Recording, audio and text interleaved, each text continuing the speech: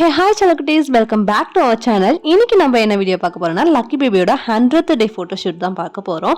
ஏற்கனவே பார்த்திருப்பீங்க 100th டே உடைய கேக் கட்டிங் வீடியோ. இது 100th டே போட்டோ ஷூட்.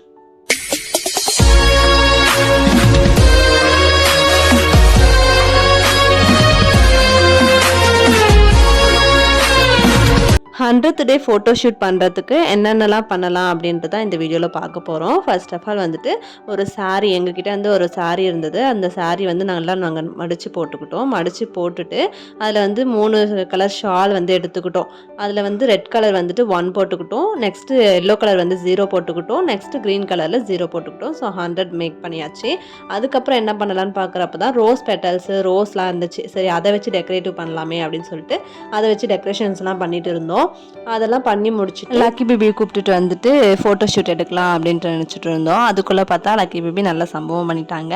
ட்ரெஸ் எல்லாம் வந்து வாமிட் பண்ணிட்டாங்க. ஸோ மறுபடியும் ட்ரெஸ் எல்லாம் சேஞ்ச் பண்ணி அவங்கள மறுபடியும் ரெடி பண்ணி எடுத்துகிட்டு வந்து மறுபடியும் ஃபோட்டோ ஷூட்க்கு ரெடி பண்ணிட்டு இருந்தோம். அவங்களுக்கு என்ன ட்ரெஸ் போட்டிருக்கோன்னா வந்து 100th டேக்கு கேக் கட்டிங் அப்போ போட்டோம் இல்லையா, அதே ட்ரெஸ் தான் மறுபடியும் வியர் பண்ணோம். அவங்களுக்கு கம்ஃபர்டபிலிட்டி கொஞ்சம் கம்மியாக தான் இருந்தது. பட் அவங்க ரொம்ப க்யூட்டாக இருந்தாங்க. அதனால சரி அதையே போட்டுக்கலாம் அப்படின்னு சொல்லிட்டு போட்டிருந்தோம். அவங்க முறைப்பிலே தெரியும் அவங்களுக்கு எவ்வளோ கம்ஃபர்டபுளாக இல்லைன்றது. லக்கி பேபியை ஃபோட்டோ எடுக்கலான்ட்டு தூக்குறோம். அவங்க வரவே மாட்டேங்கிறாங்க. நான் வரல என்னை விடுங்க அப்படின்ற மாதிரி படுத்துட்டு இருந்தாங்க. அவங்களுக்குமே சம்மர் வெயில் தாங்க முடியல போல. என்னை விடுங்கடா, என்னை ஏசி ரூமுக்கு கூப்பிட்டு போங்கடா அப்படின்ற மாதிரி தான் படுத்துட்டு இருந்தாங்க. நாங்கள் தான் சரி மாமா கொஞ்ச நேரம் மாமா ஃபோட்டோ எடுத்துக்கலாம் அப்படின்னு சொல்லி கெஞ்சி தான் அவங்கள கூப்பிட்டுட்டு போயிருந்தோமே. அவங்களையுமே அழகாக படுக்க வச்சுட்டோம். படுக்க வச்சுட்டு ஃபோட்டோ எடுக்கலான்னு பார்த்தாக்கா அவங்க இப்படி திரும்புகிறாங்க அப்படி திரும்புகிறாங்க, அப்படி ஒரே விளையாட்டாயிடுச்சு.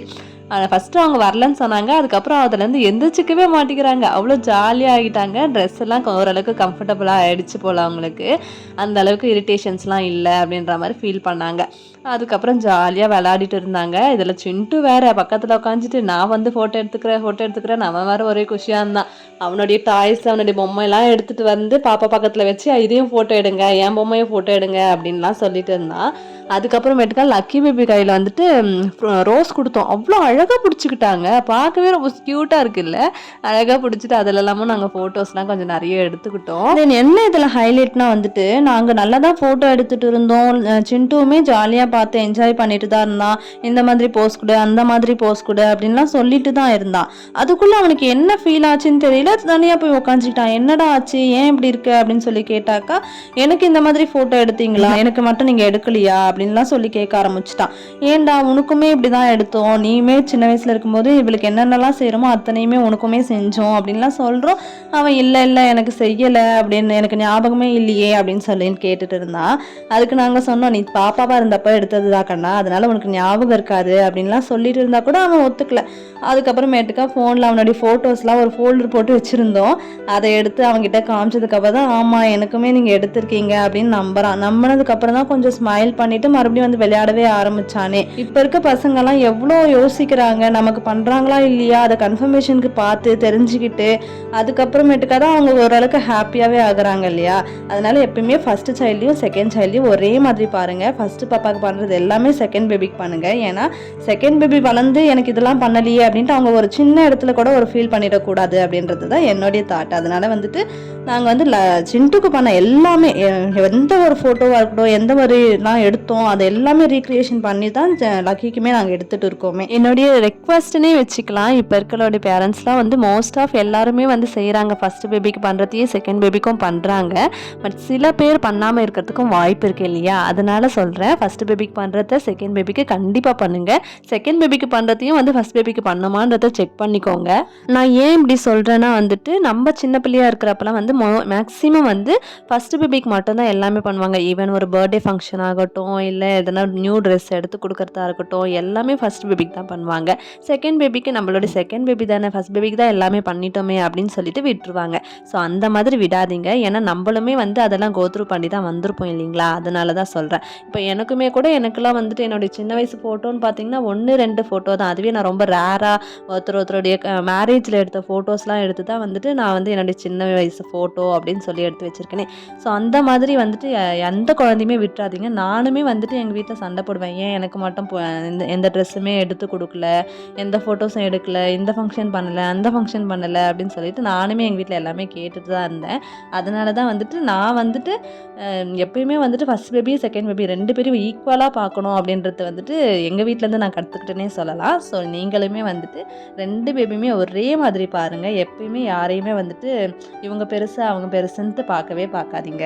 அப்புறம் லக்கி பேபிக்குமே போர் அடிச்சிச்சு போல், படுத்துகிட்டே ஃபோட்டோ எடுத்ததில் வந்து அவங்களுக்கு ரொம்ப போர் அடிச்சிச்சான்னு தெரியல. நல்லா கவுந்துக்கிட்டு ஃபோட்டோஸ்க்கெலாம் ஸ்டில் கொடுத்துட்டு இருந்தாங்க.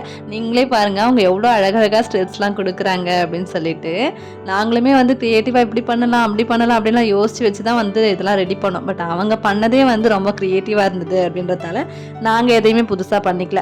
அதுக்கப்புறம் ஃபோட்டோ ஷூட்லாம் முடிச்சதுக்கு அப்புறம் தான் ரொம்ப ஃபன் ஸ்டார்ட் ஆயிடுச்சு. ஃபர்ஸ்ட்டு சின்ட்டு வந்து 100 பக்கத்தில் படுத்துக்கிட்டான். அப்புறம் தான் எனக்கு ஒரு ஆசை, ஐயோ நம்மளுமே படுத்து ஒரு ஃபோட்டோ எடுத்துக்கலாமே அப்படின்னு சொல்லிட்டு படுத்து ஃபோட்டோஸ்லாம் எடுத்துகிட்டு இருந்தேன். நான் அப்போ சொன்னேன் 100 பக்கத்தில் இன்னும் 2 0 போட்டால் நானுமே வந்து 10,000 days கம்ப்ளீட்டட் அப்படி சொல்லி ஒரு ஃபோட்டோ போட்டுக்குவேன் அப்படின்னு சொல்லிட்டு தான் ஃபோட்டோஸ்லாம் எடுத்துகிட்டு இருந்தோம்.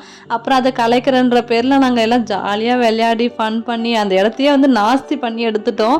ஏன்னா வந்து லக்கி வந்து அந்த இடத்த எவ்வளோ அழகாக வச்சுட்டு இருந்தாங்க, நீட்டாக வச்சுட்டு அழகாக ஃபோட்டோ எடுத்துகிட்டு கிளம்பிட்டாங்க. நாங்கள் 2 பேர் போயிட்டு எல்லா அமக்கலத்தெல்லாம் பண்ணி அமக்கலம் பண்ணிட்டு இருந்தோம்.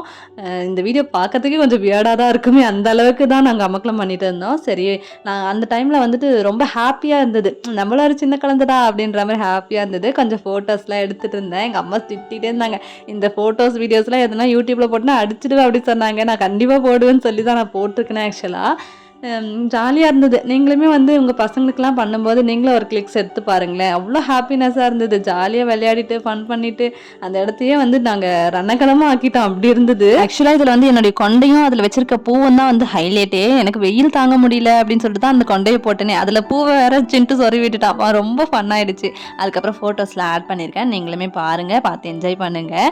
லக்கி பேபியோட ஃபோட்டோஸ் என்னென்னலாம் ஃபோட்டோ எடுத்தோம் அப்படின்னு சொல்லிட்டு கொஞ்சம் கிளிப்ஸ், ஏன்னா நாங்கள் 100+ ஃபோட்டோஸ் எடுத்தோம். உங்களுக்கு கொஞ்சம் ஃபோட்டோஸ் அப்லோட் பண்ணியிருக்கோம். அது எல்லாத்தையுமே பார்த்து என்ஜாய் பண்ணுங்கள். எப்படி இருக்குன்னு கமெண்ட்டில் சொல்லுங்கள்.